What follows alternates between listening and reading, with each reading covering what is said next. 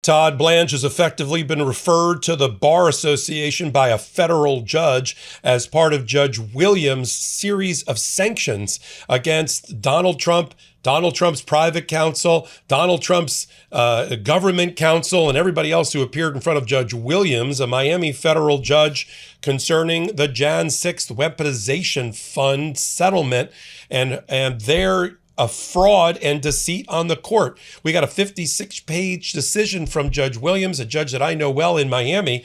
And this is worse for Todd Blanche and for the Department of Justice and Trump than I even thought going in, waiting today, because I thought she was going to issue that ruling before Todd Blanche's confirmation hearing, currently scheduled, subject to what happens off the death of Lindsey Graham, for this Wednesday. Let's get down to it. Let me give you the highlights. Judge Williams has found effectively there was a bad faith filing by Donald Trump in control as a puppet master of all the parties to a lawsuit, Trump versus the Internal Revenue Service. He is the president of the United States. He controls all of those parties. There was no adverse parties. That suit should never have been filed and should never have been used to give the imprimatur of legitimacy to a settlement agreement that created the Jan 6 weaponization fund and this later release of all of Donald Trump affiliates and family of criminal and tax liability. She didn't like that either.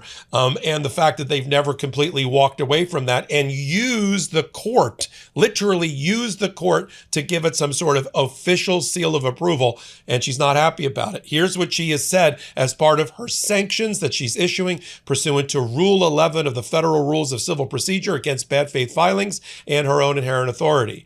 Firstly, she's declaring that fund and the settlement is effectively null and void. She has canceled it, if you will, outright, because that suit should never have been filed and therefore no settlement should ever have been filed. I'll read you from the portions of her brief concerning it. She also has awarded attorney's fees against Donald Trump personally he's going to have to pay the fees for the 35 former federal judges that brought a motion to convince Judge Williams to take another look as whether she was defrauded or not. That was led by J. Michael Luttig, and that was led by Nancy Gertner, along with 33 other federal judges. So they're going to get their attorney's fees. She's invited a fee application in the next 14 days. Similarly, she hired as a judge 3 independent lawyers sitting in New York to guide her as friends of the court about some of these complicated issues. They're going to be able to apply for their attorney's fees. Alejandro Brito, the lawyer for Donald Trump privately, who does all of his bidding for him, filing all these bad faith defamation cases and participated in this case, he's being referred to the Florida bar for investigation directly by the federal judge. In addition, Todd Blanche is having this order sent to the bar associations that regulate his conduct, like the New York bar that I'm a member of, the Appellate Division First Department, and the District of Columbia bar. You could not have written a worse order for Donald Trump or for Todd Blanche on the eve of his confirmation hearing on Thursday. Let me start reading from this order. She starts it off on page 1 by saying that on May 27th, the 35 non-party movements, those are the judges, rushed right to the end because he has no idea how to play cards against opposition to him that is this big, this sustainable, this broad, and this correct. He hasn't done anything as president that would win anyone over to his side. And the number of people who voted for him or supported him otherwise, who are now regretting it, grows by the day. And they don't just... I know it sort of feels like a time warp, right? Rachel Maddow said, looking directly into the camera, describing something genuinely unsettling about this entire presidency. Trump's agents killing people in the streets, Americans protesting about it at the top of their lungs, Trump blowing it in Iran, Trump getting laughed at for blowing it in Iran, Trump's lawyers getting laughed out of court. It's like these things are static categories of news in the Trump era. We gave you Maddow's redistricting warnings and her burn order podcast in an earlier report. Tonight we're covering something different. Her real, documented theory about why Trump keeps getting more desperate and more reckless, her real reporting on his own stock trades lining up suspiciously with his own federal actions, and the Qatari plane story that made him genuinely furious at the New York Times. Then we're closing with two things that broke in just the last 24 hours. Trump halting his own Iran bombing campaign, and a genuinely disturbing detail about the ICE agent involved in a recent fatal shooting. It's worth grounding this specific quote in Maddow's own broader credibility before diving into the theory itself, because her track record on exactly this kind of pattern recognition analysis matters for how seriously to take it. She holds a doctorate in political science from Oxford University, has hosted her program on MSNBC, now rebranded as MS Now, since 2008, and has spent nearly 2 decades building narrative journalism projects, including Bagman, Ultra, and her recent Burn Order podcast we detailed in an earlier report, specifically built around identifying long-arc historical and political patterns that individual daily news cycles tend to obscure. That specific expertise in pattern recognition across extended timeframes is exactly the skill she brought to bear on this particular theory about escalating desperation.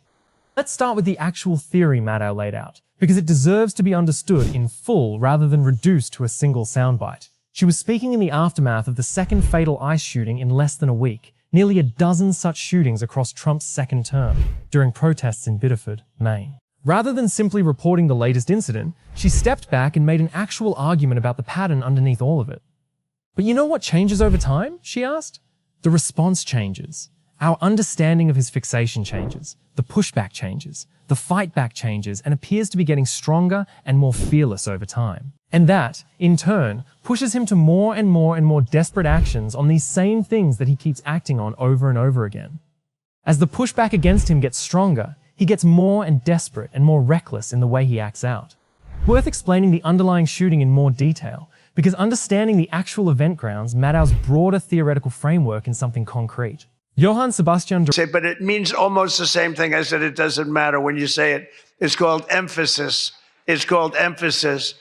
But everyone is now really warming up. The new White House military center, drone port, highly protected ballroom. And then earlier in the day, he was saying that he likes Michael Jordan better than LeBron James because he says LeBron James is a racist, he says. Here, play this clip. Ever. Well, Michael Jordan's a guy that's a friend of mine. Play golf with him. He's a really good guy. And I think LeBron is, maybe he's a racist, but maybe he doesn't like Trump. I don't know. But I only like people that like me. So I would say Michael Jordan all the way. And then Donald Trump talking about nuclear material. And this is like deeply serious stuff. I mean, he's asked a question about the Saudi nuclear deal. We're talking about nuclear enrichment, okay? So Trump is asked by their press, hey, earlier this week, you announced you are going to allow Saudi Arabia to have a civilian nuclear program. You were giving them this nuclear deal. There were some people who were worried that that material can become weapons grade material. But then a day after your Department of Energy and you announced you were doing the deal, you said Saudi Arabia has to join the Abraham Accords and become allies with Israel, which Saudi Arabia is never going to agree to do unless Palestine is recognized or the genocide in Gaza ends. And then you said that you're not going to allow them to enrich the uranium. What were you talking about? And you'll hear Donald Trump give the most incoherent response imaginable. Saudi Arabia is not joining the Abraham Accords, number one. Also, the way civilian nuclear programs work, except for a very small subset of nuclear power like in Canada, but by and large, overwhelmingly, nuclear power plants rely on enriched uranium. The issue between weapons grade and civilian grade, non-weapons grade, is the percentage of uranium enrichment. Is it weapons grade or is it not? And so the fact that Donald Trump doesn't even have the most basic understanding of the way nuclear enrichment works, and he's there, making these noises and talking about LeBron James being racist. We're talking about nuclear material here, folks, and that's why this is a national security threat. One day you just post on your social media, I'm giving Saudi Arabia nuclear material, and the next day you say, oh, well, actually, they got to do this. This is, could you imagine with Obama if someone was like, just take a month off? You seem to be hunching, and you don't know what you're doing. Here, this is what he said about the nuclear material in Saudi Arabia. Here, play this clip. I want to ask about the Saudi nuclear deal. This man over your shoulder announces a big deal after 18 months of negotiating with the Saudis. Seems like it's all done, it's signed, and then you come out, throw some new conditions on top of it, the whole thing blows up. So did he get out ahead of you, or what happened there? No, nobody got out ahead. I mean, I just say that in order to do it, they have to be a member of the Abraham Accords, which have been very successful. But it's time now that they do it. They and others didn't want to do it because of the problem that they had with Iran. You don't have that problem anymore. You don't have a great power there anymore. You have a problem, but the problem is disappearing day by day. They were the bully of the Middle East. They were not going to be that much of a bully anymore. They'll probably, I think, instinctively want to be. But you don't have the same problem that you would have had 4 or 5 months ago before they had no Navy, no military, no anti-aircraft, no leaders. I mean, their leaders are gone. A lot of things have changed with respect to that country. So, no, we want them to, it's a two-way street, and we think it's very important for the future of the Middle East. The Abraham Accords have been incredibly successful. I mean, this is a president who appointed a madman to be the nation's health secretary, and who in turn, he has just put like a QAnon conspiracy chat room in charge of the nation's vaccine schedule. This is a president who is selling coins and gold trinkets with his face on them. Wait for Congress to release the Epstein files. Why not just do it now? Well, it's not the question that I mind, it's your attitude. I think you are a terrible reporter. To advance their child exploitation cases on nights and weekends, meaning effectively in their free time. Iran was fatally shot by an ICE agent in Biddeford, Maine, on July 13th. The second fatal shooting by federal immigration agents in less than a week at that point, and part of a pattern approaching a dozen such incidents across this administration's second term. That specific density of fatal encounters, compressed into a relatively short window, is precisely what prompted Maddow to step back from reporting the individual incident and instead attempt to name the larger pattern connecting it to everything else. Let's sit with that theory for a moment, because it's a genuinely different framework than simply cataloging outrages one at a time. Maddow is arguing something specific, that the headlines themselves stay repetitive. ICE shootings, Iran failures, court losses. But the actual meaningful variable is Trump's own escalating reaction to sustained resistance. That is a testable claim, not simply an opinion. And she offered a concrete example of it in the exact same segment, pointing to the White House reflecting pool. And the reflecting pool has again just been drained, and they are again having work done on it in a no-bid contract by the same Trump-connected firm that did such a great job on the reflecting pool the first time around. Notice the dry, understated delivery of that detail. The same contractor, the same no-bid arrangement, fixing the exact same monument for what appears to be the second time, following the algae and structural problems we detailed in an earlier report on this exact channel. It's worth including one more piece of that exact segment, because HuffPost's own coverage confirms Maddow connected this pattern directly to something else we've documented extensively across this channel. She noted that Trump would reportedly once again present baseless claims in a primetime address that same week that the 2020 election was rigged against him. The same primetime address and the same subsequently fact-checked dud documents we detailed in an earlier report. But Maddow's specific observation was that one thing had genuinely changed since previous iterations of this exact claim, his desperation ramping up on this subject, meaning the substance of the claim remained static while the intensity and urgency with which he pursued it kept escalating, precisely matching her broader theoretical framework. If you're finding this real material as sharp as we do, hit that like button right now and subscribe to USA Press, because we're giving you Maddow's actual documented reporting, not a fabricated confrontation. Stick around, because we're closing with two genuinely significant developments from the last day. Now let's talk about the stock trading pattern, because this is genuinely one of the more explosive threads Maddow has pursued this year, and we haven't covered it before on this channel. According to her own show's official episode archive, Maddow looks at a collection of reports that show stock purchases made by Donald Trump that were followed by federal actions or specific statements by Donald Trump that affected the price of those stocks. Read that description again slowly, because it describes exactly the kind of pattern that, if verified, would represent one. Leave her powerless under Rule 11. I never thought a pillowcase could make much of a difference until I tried Blissy. Blissy pillowcases, they're made from 22 Momi 6A grade 100% pure mulberry silk. And I noticed the difference right away. The silk feels naturally cooling, breathable, and gentler on my skin and hair than satin. I've had less frizz and smoother hair when I wake up and fewer sleep creases. I also love that Blissy is dermatologist tested and recommended, fully machine washable, and comes in over 100 colors and designs, including Wicked and Harry Potter collections. Plus, there's a reason Blissy has sold over 3 million pillowcases and has been featured in Vogue, Oprah Daily, and Good Morning America. Personally, it's become one of those simple upgrades I didn't expect to love as much as I do. Sleep more comfortably, wake up with better looking hair, and it feels like a small luxury that's actually practical. Because you're a listener, Blissy is offering 60 nights risk-free plus an additional 30% off when you shop at blissy.com/legalaf. That's BLISSY.com/legalaf and use code legalaf to get an additional 30% off. Your skin and hair will thank you. She says on page 42, the case concerns whether plaintiff's conduct satisfies Rule 11, bad faith filings, and she concludes that it does.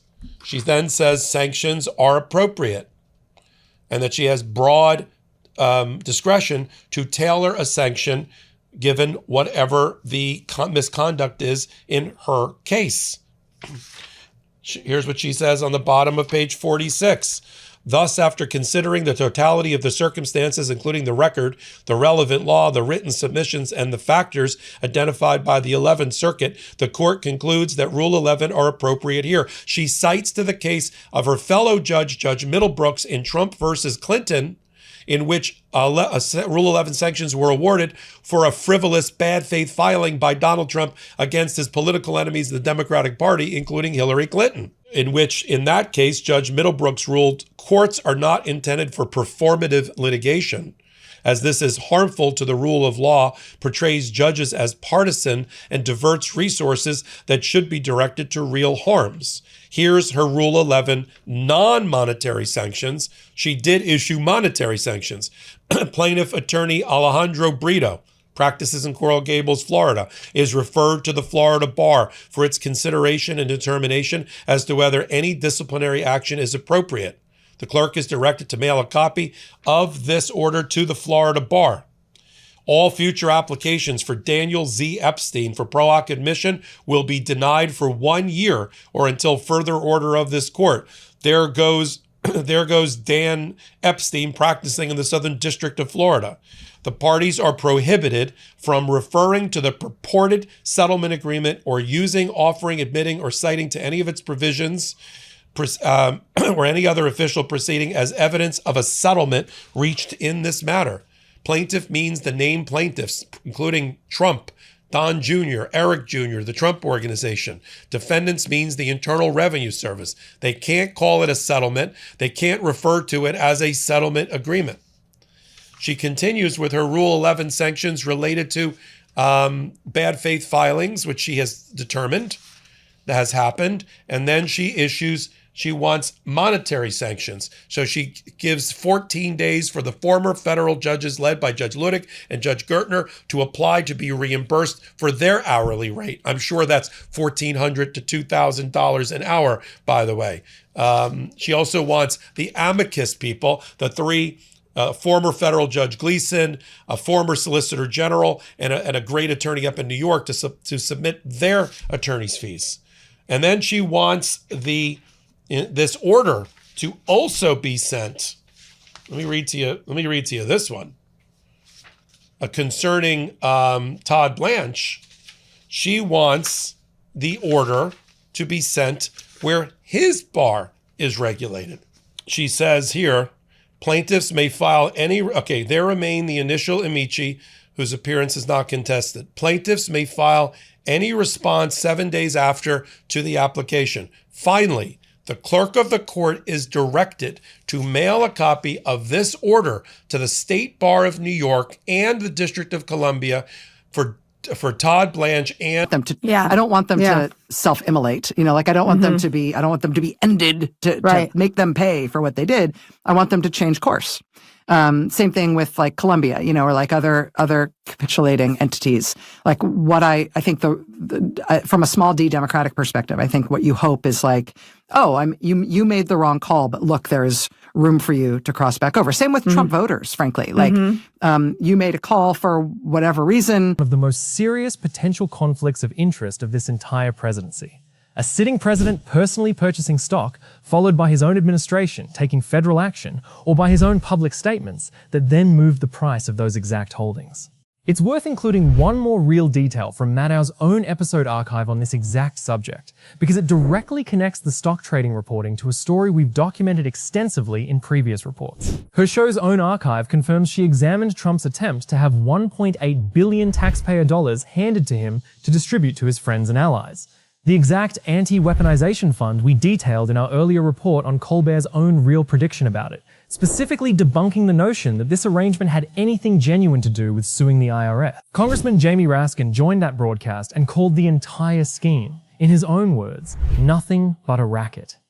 That real, on-record characterization from a sitting member of Congress, delivered directly to Maddow's audience, adds considerable institutional weight to the broader pattern of self-dealing her stock trading reporting was simultaneously documented. Let me give you my full analysis of why this specific reporting thread deserves considerably more sustained attention than it's currently receiving, because it connects directly to the Kalshi insider trading story involving Trump's own teleprompter operator that we detailed in an earlier report on this channel. Both stories point toward the same underlying structural vulnerability. Individuals with either direct financial holdings or advanced access to presidential messaging appear to have benefited from information asymmetry that ordinary investors simply do not have access to. Whether it's a staffer trading ahead of a scripted announcement, or the president himself allegedly buying stock before his own administration's actions moved that stock's price, the common thread is the same. A level of self-dealing that traditional conflict of interest safeguards were specifically designed to prevent, operating with apparently minimal oversight in this specific administration. It's worth explaining the actual legal framework that theoretically governs exactly this kind of conduct, because it helps clarify why the pattern Maddow identified is so genuinely significant. The Stock Act, passed in 2012, specifically prohibits members of Congress and other federal officials from trading on material non-public information obtained through their official positions, and requires prompt disclosure of stock transactions specifically to prevent exactly the kind of pattern Maddow's reporting describes. A sitting official whose own trades line up suspiciously with subsequent official actions affecting those exact holdings. Whether existing disclosure and enforcement mechanisms are actually adequate to address a sitting president's own trading activity. Donald Trump is panicking as his war plans are now backfiring in his face. Just moments ago, U.S. oil prices surged another 9% after Donald Trump announced that the United States is reimposing its so-called blockade on the Strait of Hormuz, with ships now required to pay Donald Trump a fee of 20% of the cargo's value on their ships. Now, Iran's foreign minister instantly responded and mocked Donald Trump. Iranian Foreign Affairs Minister Araghchi writes, POTUS is absolutely right. Whoever provides secure and safe passage of commercial vessels through the Strait of Hormuz should be compensated for this service. Iran has always been the guardian of the strait and will remain so forever. 20% is, of course, too much. We will be fair. Iran mocking Donald Trump for saying the United States will forever now be known as the guardian of the Strait of Hormuz, and the U.S. will function as a mercenary or pirate, and the U.S. will control the Strait of Hormuz and charge a 20% fee for the value of the cargo on these vessels in order for the U.S. mafia's protection. And Donald Trump's just making up this cosplay fiction of what's going down. The United States does not control the Strait of Hormuz, although Donald Trump is now reimposing a blockade. Iran still remains in control of the Strait of Hormuz. We're not seeing a lot of shipping activity at all. The only ships we're really seeing are going through the Iran route, but now that's about to stop. And now Donald Trump has said that he will be delivering an address to the nation on Thursday night at 9 Eastern. There were some speculating that this is about further escalation of the war. Others are speculating that he's going to try to claim that the 2020 election was rigged and that behind the scenes he's been working with Maduro and Maduro's counsel to try to say that Maduro rigged the 2020 election against him and that he's going to do an announcement trying to overturn the results of the 2020 election through a press conference to the nation. Now, moments ago, we're also learning that Iran has been striking some of the remaining tankers in the Strait of Hormuz that are not using the IRGC route.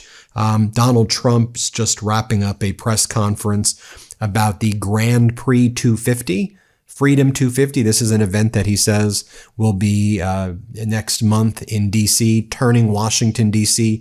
into a 1.7 mile Grand Prix track. And so while Donald Trump has escalated this catastrophic war as gas prices are now surging, as the American people are suffering, he held a Grand Prix press conference, but during the conference, he says, we're the ones pushing Iran around for 47 years. They were pushing people around. They're not pushing us around. We're pushing them around. That's Donald Trump's view of the past 40 years. Iran was always pushing. We were the weak and pathetic ones, and now look how strong we look. The Strait of Hormuz is closed, and now we're saying we're mercenaries and that we've turned our navy into mercenaries. We're the strong ones. Here's what Donald Trump just said in this bizarre and disastrous press conference. Here, play this clip. As we are right now. In addition to that, we have the strongest military in the world. You saw that with Venezuela. You're seeing that right now with Iran for 47 years around. 47 years in a row, they were pushing people around. They're not pushing us around. We're pushing them. Move to install at the General Services Administration, the GSA.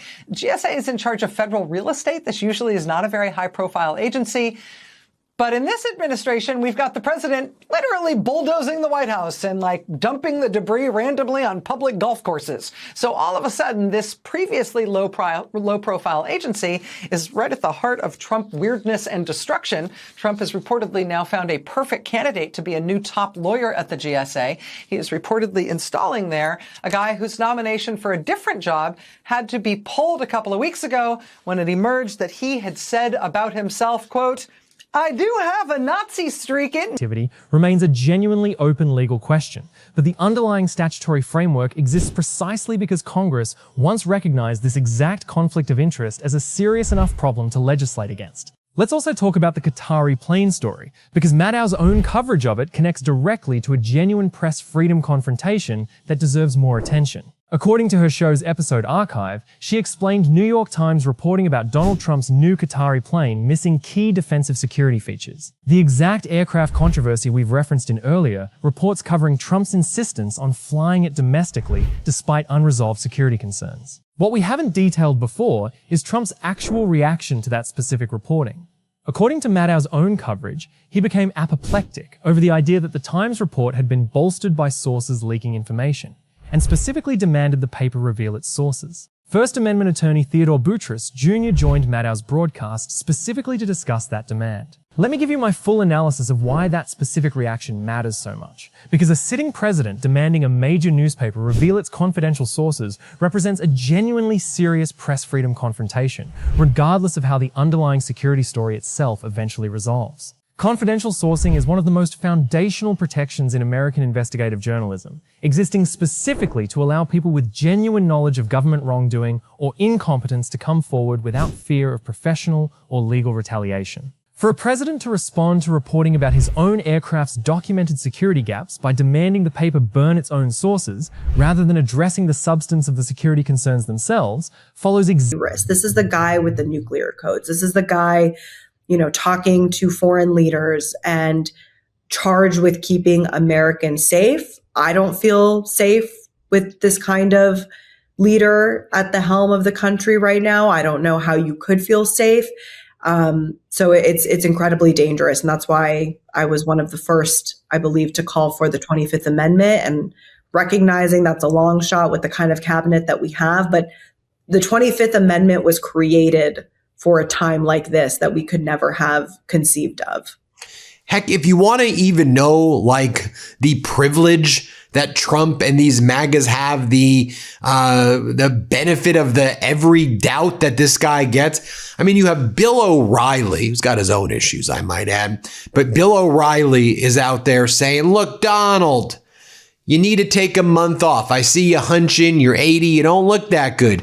You need to take a month off right now and you need to just rest. This is the president of the United States. So if you're incapable of doing your job, that's why Donald Trump doesn't need to resign. I mean, it's more than the 25th Amendment. I mean, if this is someone, though, who's clearly incapacitated before our eyes. Here's what Bill O'Reilly had to say. Here, play this clip right here. And he's 80 years old right now. Okay, so that puts him, if I can do the math quickly, 45, maybe early 40s when I met him in New York City. Now, I've noticed that he is hunching over a little bit, and that's normal. You get older, every malady in the world is going to visit you. I can't even bore you with the stuff I got to deal with. And I was actually feeling sorry for myself the other day. I never do that. But I mean, this and that, a blood test, that. But I noticed the president was a little. So my advice to Donald Trump is to take the next month off if you can. Get into an environment where you like golf and relax a little bit. You got to deal with Iran. I understand that. Everybody understands it. But you can do that on the phone, and you can do that with your people coming, but need a breather. I need a breather, and I'm going to build it into August, but he needs a breather much more than I do. Okay, so we wish the best for not only President Trump, but all the presidents, even Bill Biden, Barack Obama, Jimmy Carter, always respected the office. I did, always. If you read Confronting the Presidents, you know that. Now, when Donald Trump was giving this bizarre speech, I mean, he was saying, how he opened up the speech, he said to the press, some of you are lucky the last dinner got cut short. I brought something with me. I was going to go after you. Your lives were put in danger for a different reason, but on the plus side, your careers were saved. What the hell is he talking about here? Here, play this clip. Some of you are lucky that our last dinner was cut short because I had brought with me what would possibly have been, I'm telling you, I had something. I was going to go after you. I feel so badly doing this. It's got to be such a letdown. Oh, yay. But your lives were really in danger the last time for an opposite reason. But on the plus side, your careers were saved, and we have we really do. We have a complete and total. You know, I love the words complete and total. It's him absolutely blowing it. I mean, it is one thing to understand the gravity of his intentions, but I think it is equally important to recognize that he's really bad at everything he tries to do. I don't know if he's bad at good stuff he tries to do because he's not trying to do much that seems good. But the bad stuff he's trying to do, he's been real bad at that. I mean, it hasn't been funny exactly. It's too disgusting for that, but it has been the proverbial comedy of errors. Exactly the same pattern we've traced across dozens of other stories on this channel. Deflect toward the messenger, avoid the actual substance. Now let's connect this to the Jared Kushner and Rubio State Department detail Maddow flagged, because it deserves inclusion here too.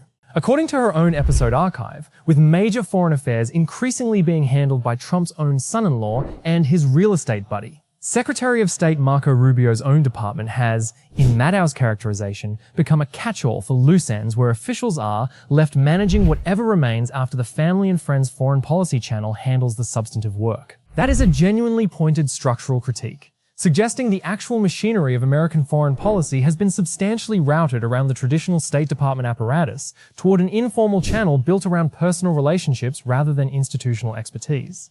It's worth adding a bit more context to the Kushner-Rubio dynamic because it represents a genuinely notable departure from how foreign policy has traditionally been structured across recent administrations of both parties. The State Department, under a Secretary of State with cabinet rank and Senate confirmation, has historically served as the primary institutional channel for American diplomacy, staffed by career Foreign Service officers with specialized regional and subject matter expertise developed over entire careers. For that institutional apparatus to be functionally sidelined in favor of an informal channel built around a presidential son-in-law's personal relationships represents exactly the kind of institutional hollowing out we've documented across dozens of other stories on this channel. Expertise and process replaced by proximity and personal loyalty. Let me give you my full analysis of why Maddow's broader, more desperate, more reckless framework matters so much for understanding everything else we've documented across this entire series, because I think it provides a genuinely useful lens for the material we cover every single night on this channel. Nearly every individual story we've traced, the Colbert cancellation, the Kimmel suspension,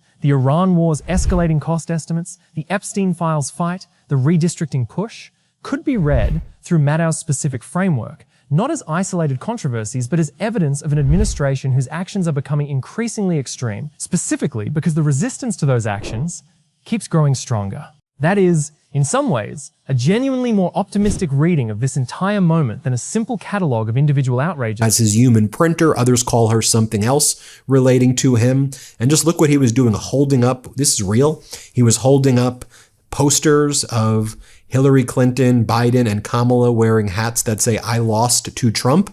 This is what this deranged psychopath is doing right now while you're suffering. Also, the total U.S. federal debt is now up to a record $39.4 trillion, rising $3.2 trillion over the last 12 months. Donald, didn't you say you brought in $19.2 trillion? So how is it possible that $3.2 trillion has been added to the debt if you brought in $19.2 trillion? Oh, wait a minute. You mean to tell me that Donald Trump is lying about numbers yet again? All the guy does is lie. And again, while he's escalating in Iran, while Iran is responding, and while there's a full-fledged war taking place, you have the Grand Prix executives over there giving Donald Trump his own very special helmet. Here, play this clip. Thank you again for this opportunity. And I think we have a special helmet for you. Am I right, Alex? We do.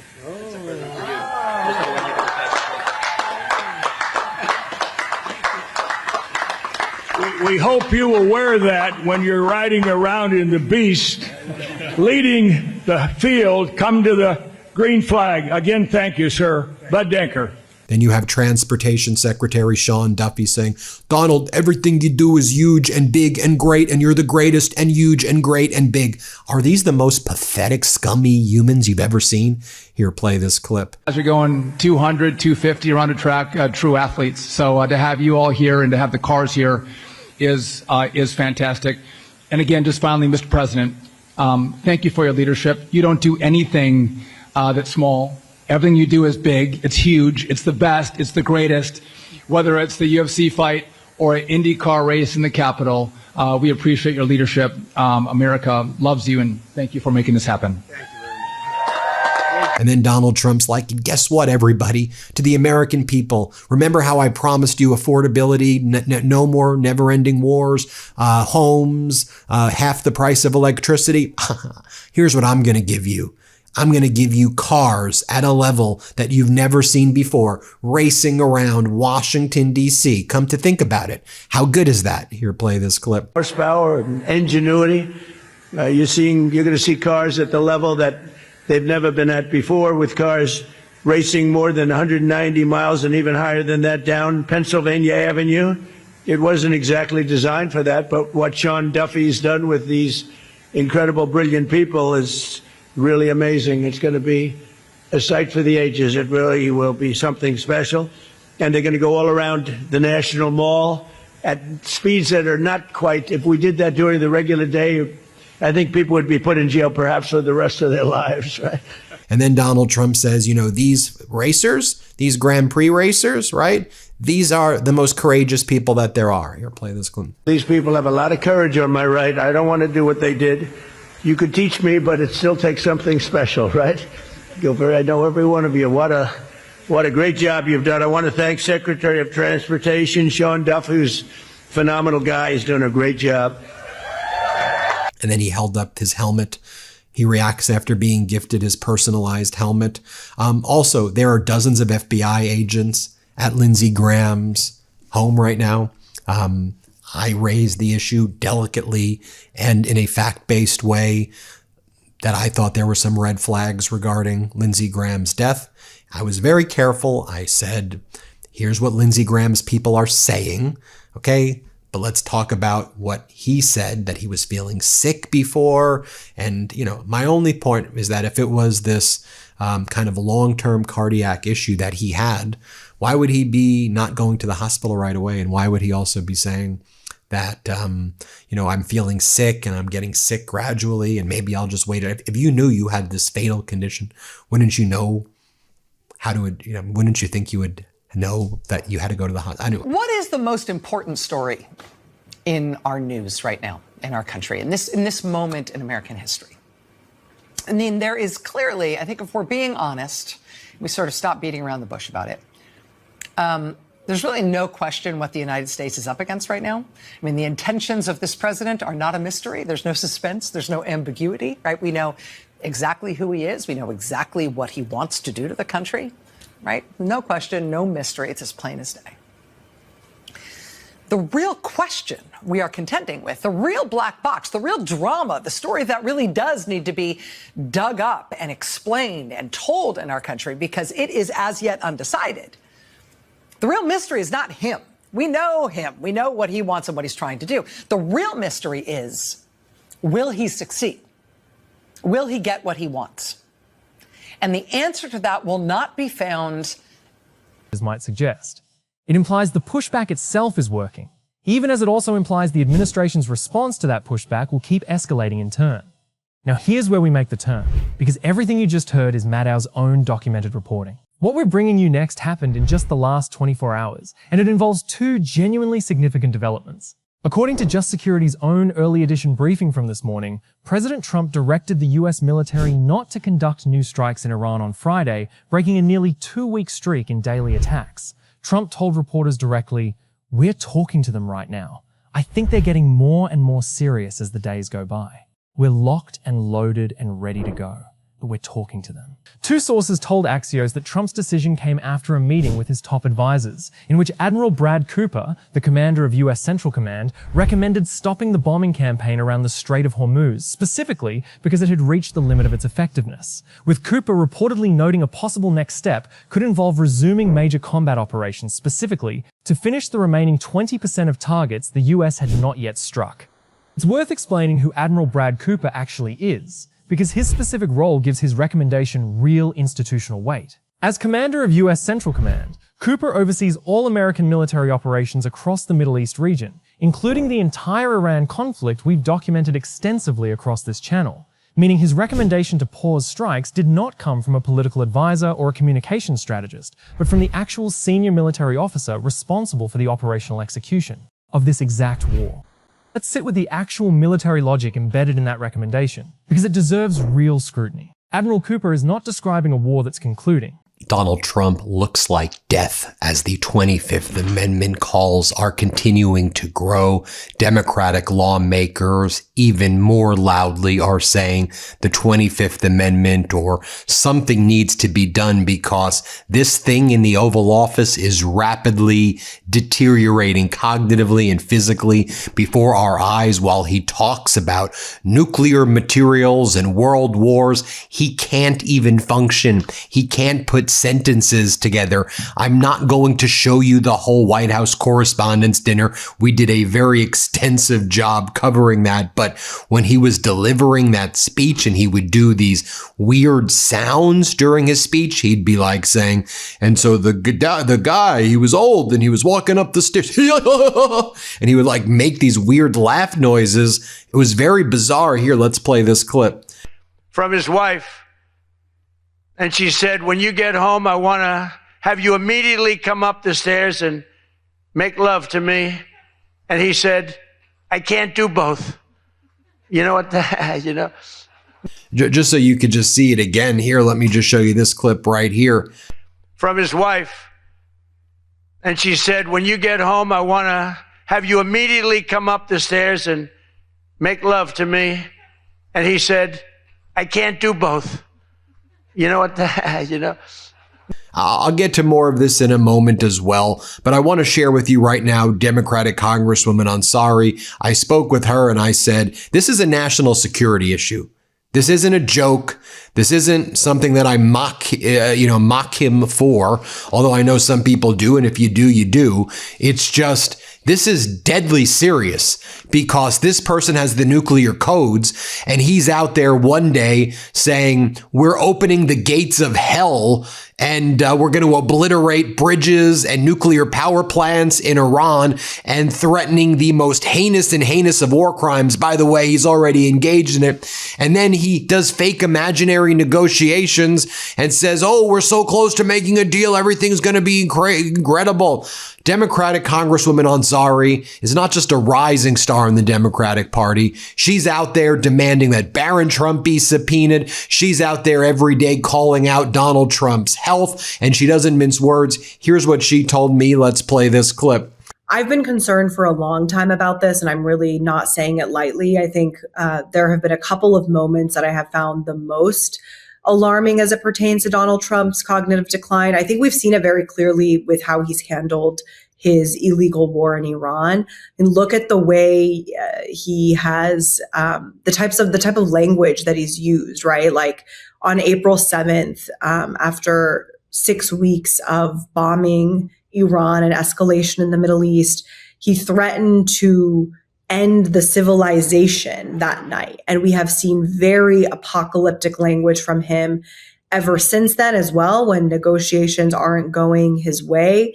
And that is coupled with somebody who's spending hours every single night posting sometimes dozens of posts on Truth Social. He's seems to be creating a lot of AI images of himself and his family. There's been so many I can't even keep track of. He's doing this at 3, 4 a.m.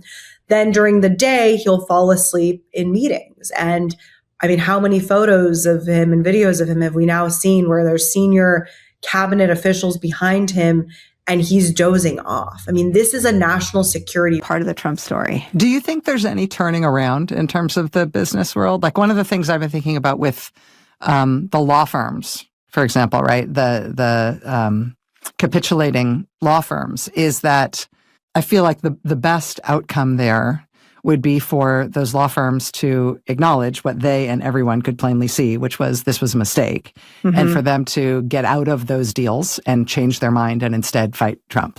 He's describing a war that has reached a specific tactical plateau where the current approach has extracted whatever value it can from continued daily strikes, with the explicit acknowledgement that a full quarter of identified targets remain unstruck. That framing suggests this pause represents an operational reset rather than genuine de-escalation, consistent with the munitions concerns we detailed in our previous report, a war catching its breath rather than winding down. Let's connect this to the second major story from today, because it deserves equally serious attention. Just Security's own reporting confirms the Trump administration is reviewing its process for vetting ICE officers after reports that the agent reportedly involved in the fatal shooting of Johann Sebastian Duran in Maine on July 13th had a documented history of violent outbursts. White House Board Czar Tom Homan acknowledged this review yesterday, though he did not confirm that the specific agent, identified as David Bruyette, was the one who shot Duran, while confirming the Department of Homeland Security was examining the matter. Let me give you my full analysis of why this specific vetting revelation connects directly back to Maddow's own reporting on the exact same shooting, because it validates precisely the pattern she was describing when she first discussed this case. She had flagged the Biddeford, Maine shooting as part of an escalating, nearly dozen-strong pattern of fatal ICE shootings during this administration. Today's revelation, that the specific agent involved had a documented prior history of violent outbursts, only now generating a formal vetting review after the fact, suggests exactly the kind of institutional failure that tends to compound rather than resolve when accountability arrives only reactively after a fatality rather than proactively before one. It's worth explaining what temporary protected status actually represents for the hundreds of thousands of Haitians affected, because the underlying policy stakes deserve real context. TPS is a federal designation granted to nationals of countries experiencing ongoing armed conflict, environmental disaster, or other extraordinary conditions, allowing them to remain and work legally in the United States without fear of deportation until conditions in their home country improve sufficiently. Haiti has held that designation for years, given its own documented instability, meaning the termination of TPS status represents a formal federal determination that conditions in Haiti have improved enough to justify removing that protection. A determination that hundreds of thousands of people who have built lives, jobs, and families in the United States over that same period now have to reckon with on an accelerated timeline. Let's also connect this to the broader ICE enforcement expansion happening in this exact same window, because CBS News' own reporting, cited in today's briefing, reveals genuinely significant new plans. ICE has made plans to ramp up operations, specifically targeting Haitian migrants, as hundreds of thousands of Haitians prepare for the termination of their temporary protected status. The plans reportedly include arresting migrants in Ohio. Now, this is just surfacing as well. Apparently, 3 days back, Donald Trump formally notified Congress of the resumption of military activities against Iran under the so-called War Powers Resolution. You'll recall that Congress has already passed a War Powers Resolution vote against Donald Trump. Congress needs to act immediately. This is so utterly pathetic. Our Congress more ineffective than the Russian Duma at this point, just letting Donald Trump invade, resume. The reality is that this is an unlawful and catastrophic war, that this letter, Donald Trump's like, well, we had peace before and now we're back to war. And so the last 5 months, we were actually in a peaceful situation and now we're back at war, and don't count the others for the 60 days War Powers Resolution. No, this entire war from the outset is unlawful, okay? But when you read it, the letter that Donald Trump just sent to Congress that's now surfacing, or he sent 3 days ago that's now surfacing, it kind of, again, is consistent with my theory earlier this morning that Trump is preparing a ground invasion of Iran with special forces. I don't think it's that complex of a theory. Again, if you look at the targets that Trump is hitting on the coast of the Strait of Hormuz, it's the exact type of targets you would hit if you were prepping the terrain for a ground invasion. Here are 2 paragraphs that stand out as Heba Nasser explains.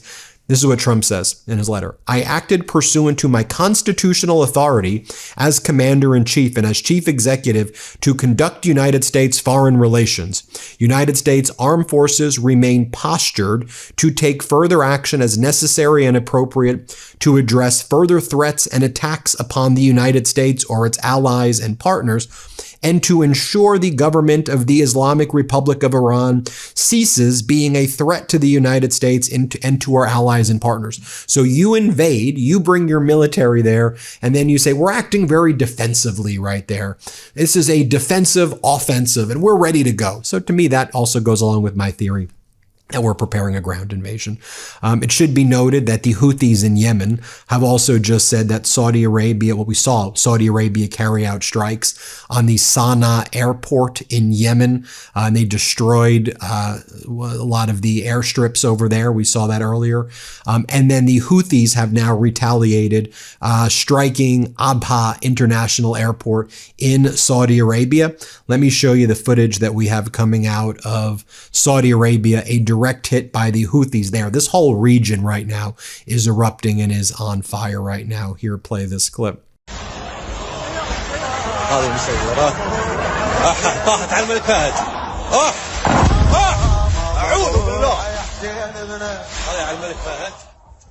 Also, the foreign minister of Oman just recently issued a statement saying that the old security arrangements that we've relied on to contain Iran for many decades is now over and we need to just rethink this, meaning the United States security umbrella is now a massive liability for Arab nations, and allowing the United States in this region is causing the instability that the United States has promised that it was going to fix. I should note IRGC Navy, again, continues to control the Strait of Hormuz. They've issued the following warning again to all vessels, and they've been doing warning shots at vessels that have tried to go through the Strait of Hormuz. For your own safety and safety of your crew, do not approach the Strait of Hormuz. You will be fired upon.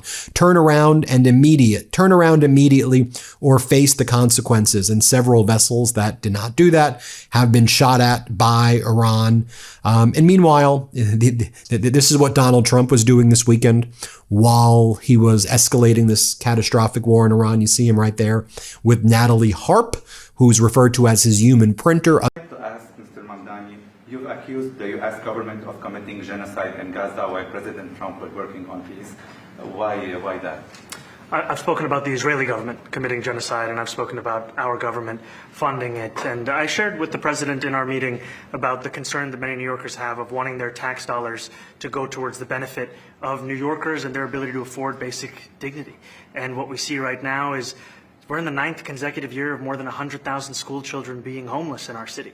And there's a desperate need not only for the following of human rights, but also the following through on the promises we've made New Yorkers. And I appreciated the meeting we had and the work that we can do. Do you agree that President Trump didn't do a peace and work hard to make the peace? Because he worked hard. Ohio and quickly putting them on deportation flights to Haiti, with documents suggesting operations could begin as early as this week. Meaning this specific expansion is unfolding at the exact same moment the administration is simultaneously reviewing its own vetting failures connected to a different fatal ICE shooting. Let me give you my prediction section now, clearly labeled. Prediction 1. Expect the Iran strike pause to prove temporary rather than a genuine resolution, because Admiral Cooper's own stated rationale, reaching the limit of effectiveness with 20% of targets still unstruck, describes an operational reset rather than a negotiated conclusion, and Trump's own locked and loaded framing suggests he views this explicitly as a pause rather than an ending. Prediction 2.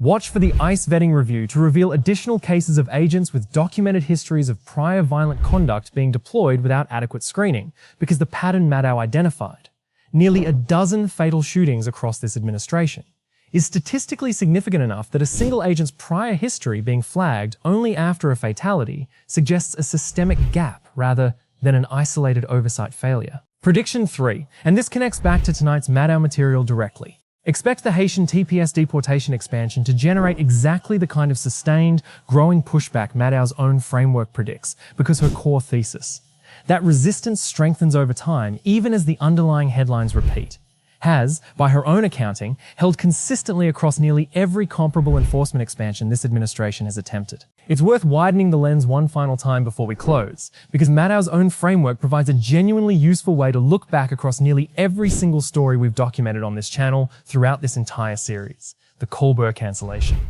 the Kimmel suspension, the Epstein files fight, the redistricting push across 8 states, the Pentagon's escalating cost estimates. Each of these, viewed individually, reads as its own isolated controversy. Judges filed a motion for relief.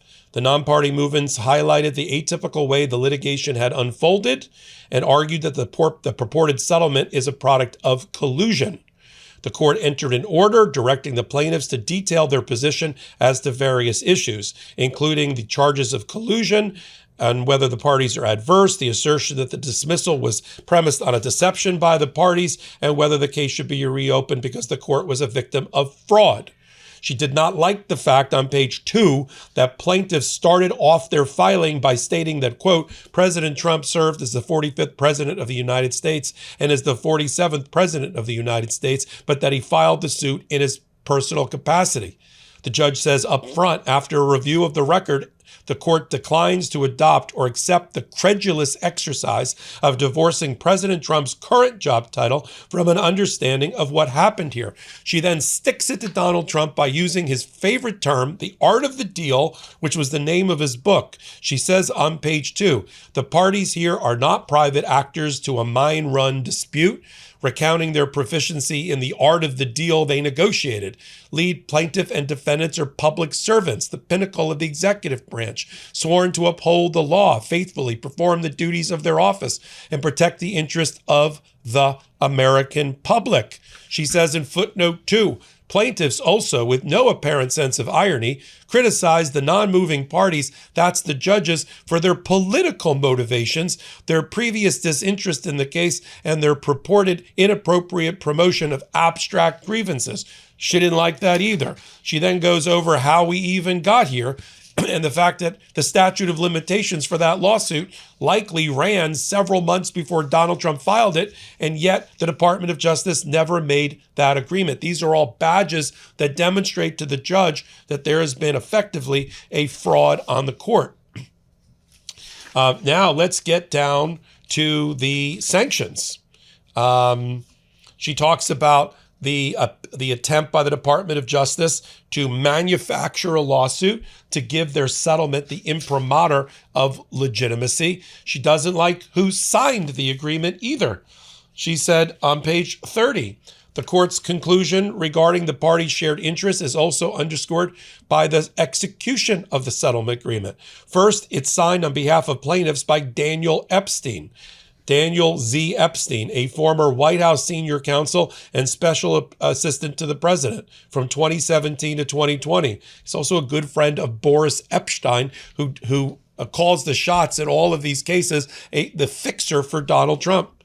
Notably, Mr. Epstein was never counsel of record in this case. The complaint signature block identified him as counsel for plaintiffs, but represented that his pro hoc vici application was forthcoming. She also doesn't know why he's in the case at all. Mr. Brito signed the complaint, Alejandro Brito. He's admitted to the Florida bar and to this district, yet he did not sign the settlement agreement. Mr. Epstein's name appears on the complaint, but he did not and could not have signed it. And so why is Epstein signing the settlement agreement?